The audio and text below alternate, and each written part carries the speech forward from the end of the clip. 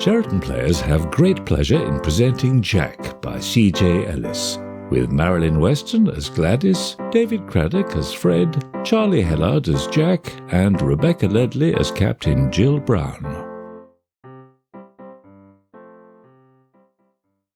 Fred Clutterbuck, will you buck up and make yourself presentable and move some of this clutter? Jack will be here any minute. And which Jack will that be, my little gladioli? Jack with his beanstalk, Jack sitting in the corner or in a box, Jack Sprat, Jack Frost, or I'm all right, Jack? Or do you mean Sapper Lance Jack Clutterbuck, who is deigning to make a quick visit to his aged parents? Why do you have to be so daft? You ought to be pleased that he's making time to visit us before he goes abroad. So, you make sure that you congratulate the lad. We haven't seen him since he got his stripe. Don't worry, lass. He knows how pleased I was when he joined up, and in my old regiment too. I reckon we have a lot to thank the army for.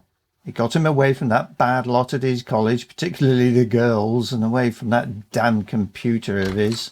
That's funny. I'd have thought Jack would have come in through the kitchen. Jack's brought a visitor, Dad. They're travelling together. That's right, Dan. This is Captain Jill Brown. We're both catching a boat to take us to our new posting in Cyprus. Well, I must say you both look very smart in your uniforms, don't they, Fred? They do indeed. Very smart. Hello, Mr. Clutterbuck. I'm pleased to meet you. Well, sit yourselves down. So, Cyprus, eh? I wouldn't have thought there was much use for the Royal Engineers there. Oh, before you get into all that, would you like some tea? I've cooked Jack his favourite, but there's plenty for both of you.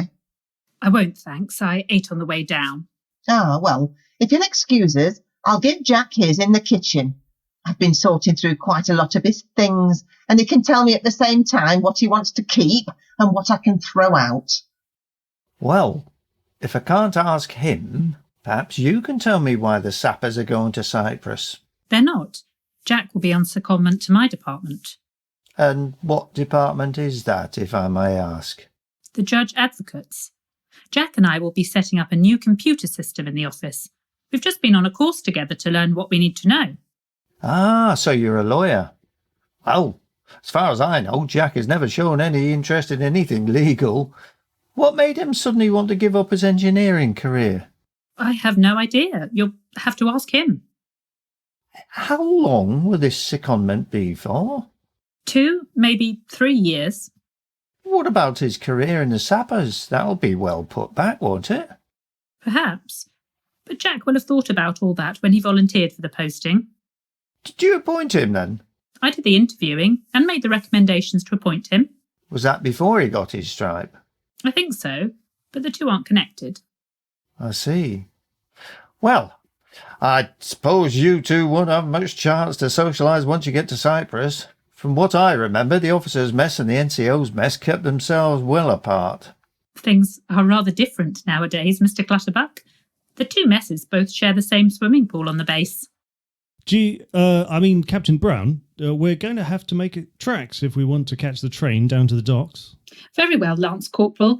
It's been a pleasure meeting you both. I'm sorry the visit was so short, but perhaps you'll come and visit the base in Cyprus sometime. Oh, we'd love that, if Fred's health will stand the trip. Well, goodbye, Dad. Try to behave yourself and not give Ma too much trouble. Goodbye, son. I'm sorry we haven't had a chance to have a proper chat. You know that all your Ma and I've ever wanted is for you to be happy and know your own mind. We were that proud when we heard you'd got your first stripe. Thanks, Dad. That means a lot. I'll show you two out. It's funny. They only had one suitcase between them. I expect they used to travel in light. Anyhow, what did you think about all this? Is he doing the right thing, do you think? I couldn't make my mind up about that captain. How did you get on with her? Yeah, I don't know, lass.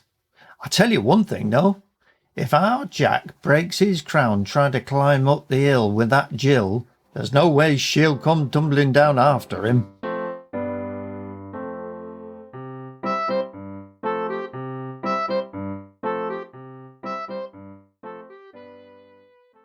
Fred, are you awake?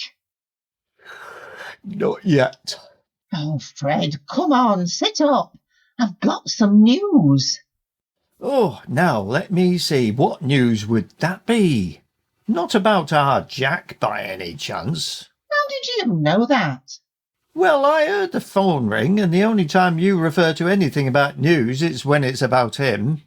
He's calling in to see us sometime this afternoon. Another visit? So soon after the last one? When was that now? 2 years ago? Oh, don't go on so. You know it were 2 years ago. Aye, but we mustn't forget all those telephone calls at Christmas and on our birthdays. All the one to tell us he'd got his second stripe, no doubt because of his skill at opening the office filing cabinets. Oh, Fred, if you go on at him like this when he comes, it'll spoil everything and make him wish he hadn't come. Don't worry, Flower. I'll behave myself, if only for your sake. Hi, Dad. Hello, Ma. I hope you don't mind. We came through the kitchen. It's good to see you, lad. Where are you off to now? Captain Brown and I have completed our course relating to the installation of the latest computer systems, and we're travelling back to Cyprus by boat with quite a lot of equipment we have procured. So, he's still seconded to your department then, Captain? You said it could be 2 or 3 years. Does that mean that he won't be able to go back to the Royal Engineers for some time yet? Look, I saw the tea on the tray in the kitchen. I'll go and fetch it while you two chat to the captain. His second stripe, then, did he get that for the work he did in your department? That's right, Mr. Clutterbuck. His work in setting up the computers has been first rate, and he has shown himself adept at installing the highly complex security systems that we need, given the geographical location of the base. Communications and their integrity are now a vital part of the modern army. Yes, but his career is ultimately with the sappers, and I can't see myself how it being interrupted in this way is going to help him out in the long run. Look, I think it would be much more sensible if I fetch the tea, so that you can chat to your son about this. And I know that he has something that he wants to tell you. Jill says tea won't be a moment. I saw you made one of your famous sponge cakes, Ma. Actually, I've got something to tell you both. As you know, Jill and I have been working together for 2 years now, and we've both just been on a 3-month course together. So, as you might expect, we've both come to know each other pretty well. Anyhow, the long and the short of it is that she has asked me to apply for a commission in the Royal Corps of Signals, which these days involves engineering as well as operating systems and cyber equipment.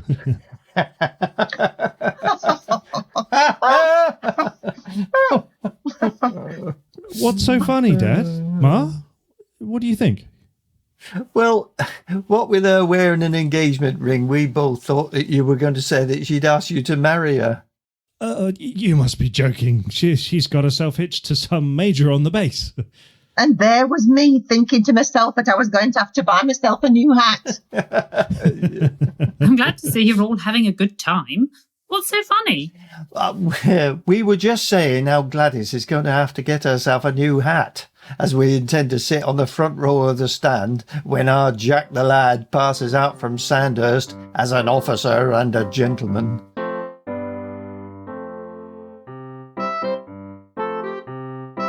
That was Jack by CJ Ellis.